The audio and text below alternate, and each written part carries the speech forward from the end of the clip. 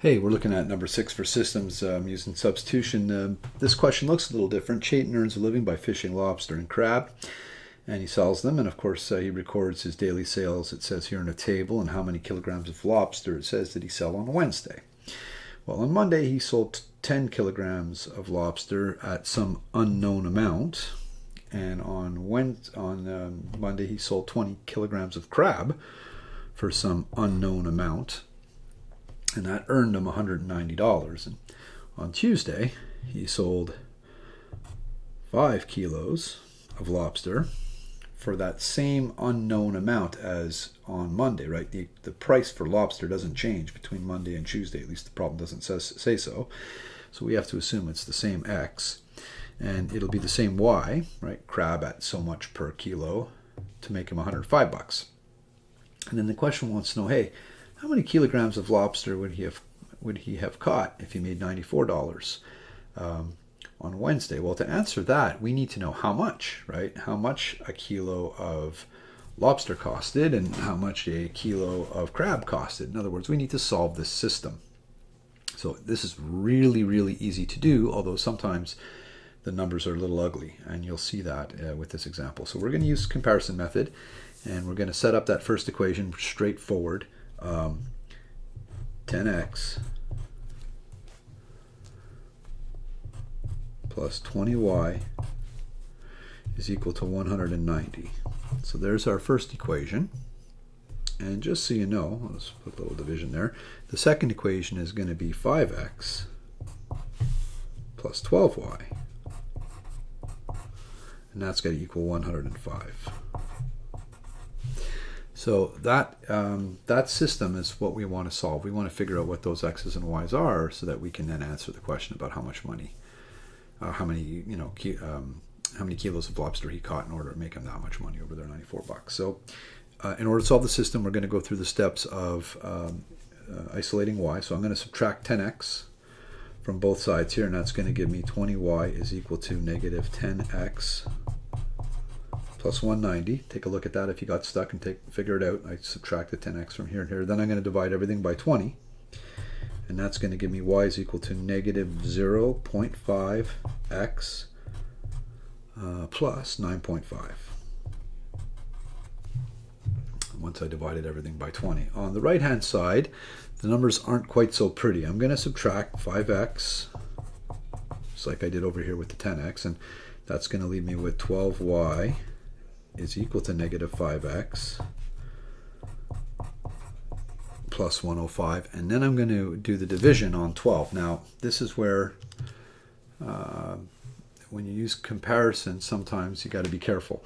So negative 5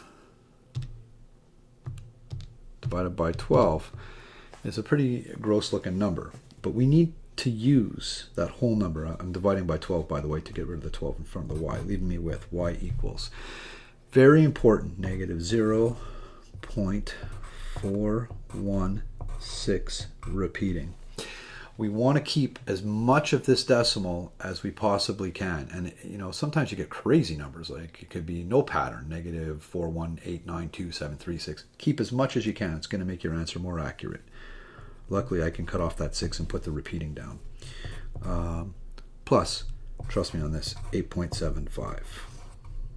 105 divided by 12 is $8.75 over there for the initial value. So y is isolated in both equations. Second step, equate the x chunks, right? Take this piece, and this piece, and make them equal to each other. So I'll do that right over here. Negative 0.5x plus 9.5 equals negative 0.416 repeating plus 8.75. I'm going to subtract, forgot my x there. I'm going to subtract negative 0.416 repeating x from both sides. Sorry, I'm going to add 0.416 repeating x has to be added to both sides.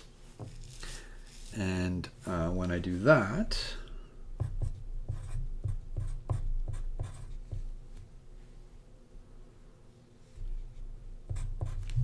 go. I get negative 0.5 plus 0.416 repeating, and I get negative 0.083 repeating x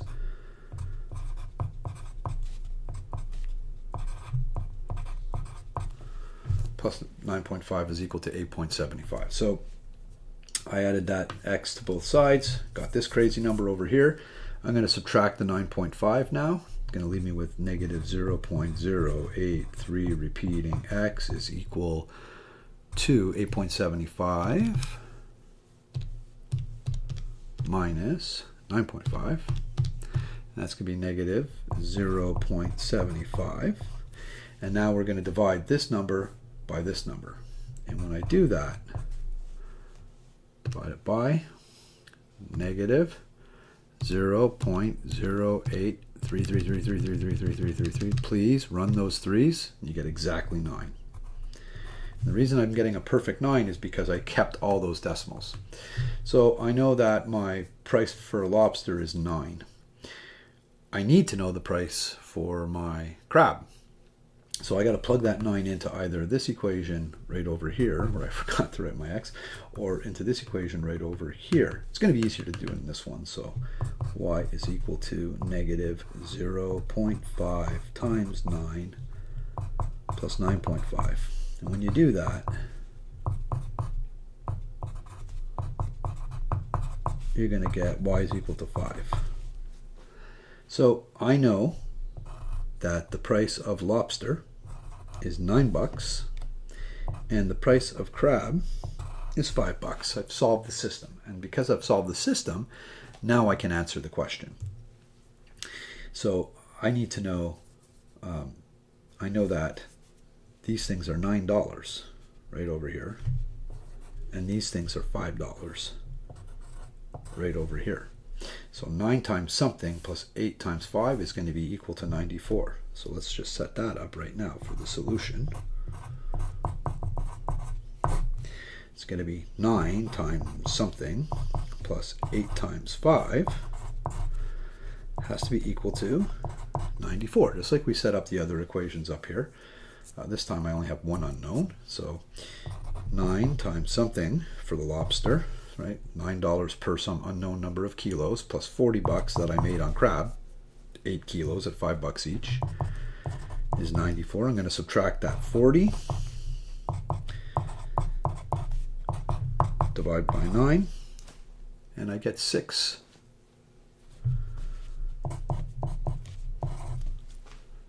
For the cost, sorry, for the number of kilos of lobster. 9 times 6